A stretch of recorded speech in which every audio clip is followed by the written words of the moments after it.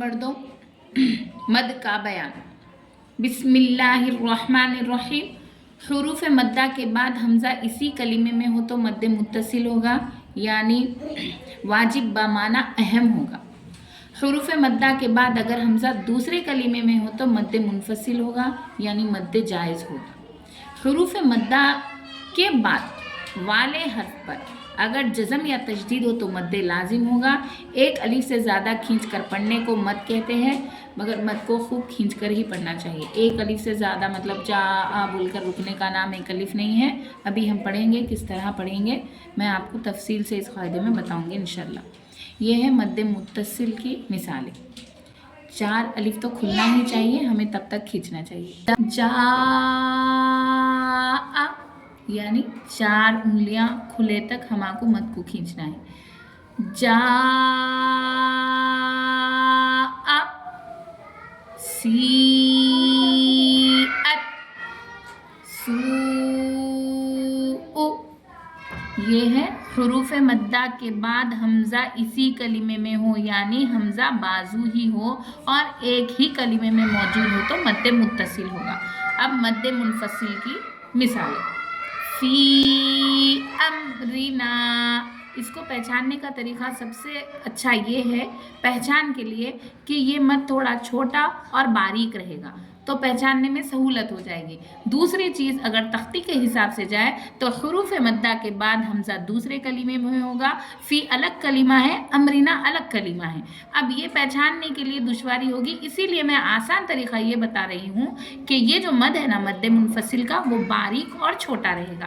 ठीक है, इससे बाआसानी हमें पहचान हो जाएगी कि ये मद्दे मुनफसिल है और हमज़ा दूसरे कलीमे में आया है। ठीक है डियर्स।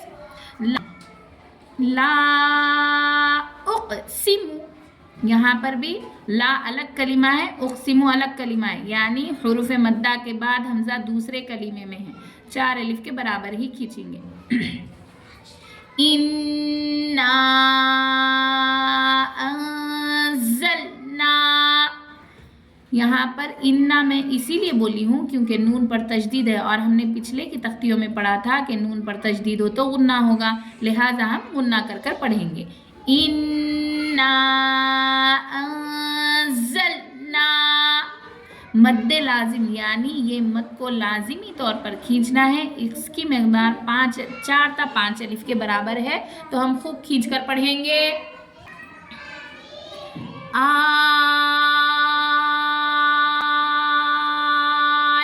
आना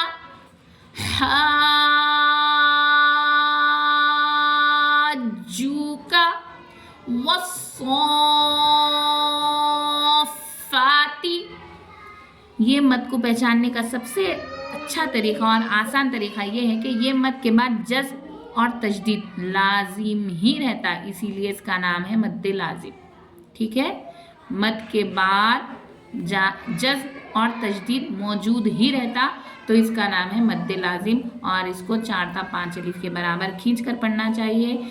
और कुरान शरीफ में मद को तो छोड़ने की कोई गुंजाइश ही नहीं है। हम पढ़ते पढ़ते क्या करते हैं, फ़ी अमरिना ला उक़सिमु ऐसा पढ़ते हैं, तो हरगिज़ ऐसा ना करें, गुनाह है। जितनी इसकी मकदार है हमें उतनी मकदार के बराबर यानी उसके बराबर उस हिसाब से खींच कर पढ़ते जाना चाहिए। अब हम इसके हिज्जे करेंगे। हर किसी में से एक एक के हिज्जे कर कर समझाऊंगी, बगौर समात फरमाए। जीम अलिफ ज़बर जा, ऊपर मद। जीम को अलिफ के साथ पढ़ने के बाद ही ऊपर मद बोलकर अदा करेंगे। ठीक है, जीम अलिफ ज़बर जा, ऊपर मद। जा हमज़ा ज़बर आ, जा आ। मद्दे मुनफसिल की मिसालों में आ जाएंगे। हमज़ा नून ज़ेर इन, नून अलिफ ज़बर ना, इन्ना।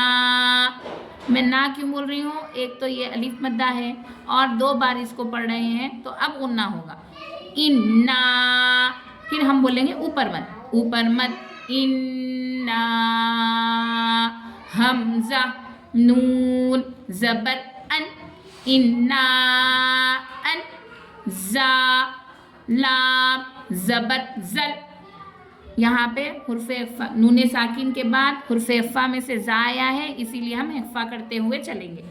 इन्ना अंज़ल, नून अलिफ ज़बर ना, इन्ना अंज़लना। यहाँ पर वाव है, अलिफ है, लाम है, तो यहाँ पर कौन सी तख्ती मौजूद है, जल्दी बताइए। हुरूफ शमसी की। मैं आपको तरीक़ा इसका आसान ये बताई थी कि अलिफ लाम आने के बाद तशदीद आएगा तो वो हुर्फ शमसी होगा, और अलिफ और लाम पर कुछ ना होगा तो भी वो हुर्फ शमसी होगा। उसकी पहचान आसानी से होने के लिए अलिफ लाम आएगा और तशदीद आएगा। अलिफ लाम आए तो ये हुर्फ शमसी का फ़ायदा है, अलिफ और लाम को ना पढ़ेंगे बल्कि बाद वाले हर्फ से मिलाकर पढ़ेंगे, ठीक है।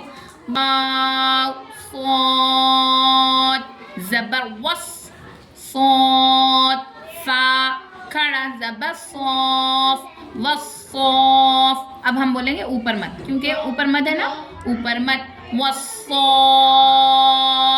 फा खड़ा ज़बर फा, वस्सौफा, ता ज़ेर ती, वस्सौफाती। अल्हम्दुलिल्लाह आप लोगों को आराम से समझने आ गया होगा। अगर आपको मेरा समझाने का और पढ़ाने का तरीका पसंद आया है तो मेरे चैनल को लाइक करें, शेयर करें और सब्सक्राइब करें।